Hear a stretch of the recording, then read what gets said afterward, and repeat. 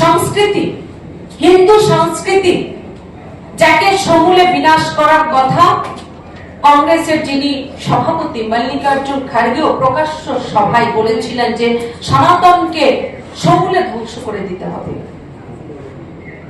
আমাদের ভুলে গেলে চলবে না যে গেরুয়া, যার প্রতি এত অ্যালার্জি কংগ্রেস এবং অন্যান্য রাজনৈতিক দলের, বামপন্থী দলের, তৃণমূলে, সাপা, বাসপা, আমাদের ভুলে গেলে হবে না যে ভারতবর্ষের জাতীয় পতাকায়ও সে গেরুয়া রঙই আছে। এত যখন অ্যালার্জি, তাহলে তো ভারতবর্ষের সে জাতীয় পতাকার গেরুয়া রঙকেও হয়তোবা কোনদিন কংগ্রেস পার্টি এসে বলবে সেটাকে পরিবর্তন করে দিতে হবে। ভারতবর্ষের যারা সাধু সন্ত রয়েছেন তারাও কিন্তু গেরুয়া বস্ত্রই পরিধান করেন এবং মহাভারতের যে কৃষ্ণের যে রথ ছিল সেই রথের ধ্বজ গেরুয়া ছিল। ভারতবর্ষের সনাতন সংস্কৃতি, এই হিন্দু সংস্কৃতিকে কখনো ধ্বংস করা যায় না। চেষ্টা প্রচেষ্টা শুধুমাত্র ইংরেজ নয়, শুধুমাত্র কংগ্রেস নয়, আমরা মোগল সাম্রাজ্যের সময় দেখেছি ভারতবর্ষের সনাতন সংস্কৃতিকে ধ্বংস করে দেওয়ার কিরকম প্রচেষ্টা হয়েছিল।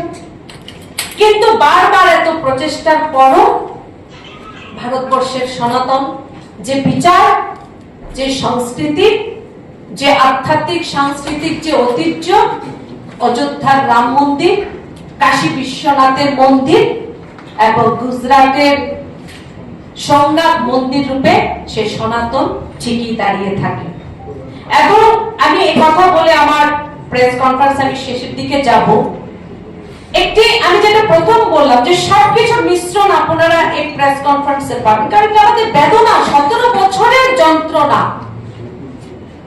এই যে 17 বছর ধরে এই যে 7 জন যাদের উপরে বদনামে, কলঙ্কে, অভিযোগ আরোপ করা হয়েছিল, তারা তিলে তিলে জ্বলেছেন।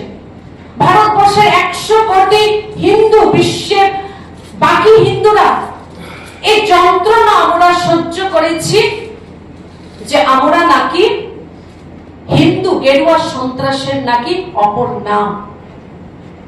ঠিক এর মধ্যে একটি চমকপ্রদ তথ্য এসেছে এর মধ্যে, যে মালেগাঁও বোমা বিস্ফোরণ ঘটনার পর যে কমিটি গঠন করা হয়েছিল, সেই কমিটির মধ্যে একজন গুরুত্বপূর্ণ ভূমিকা পালনকারী একজন কর্মকর্তা ছিলেন মেহবুব মুজাওয়ার।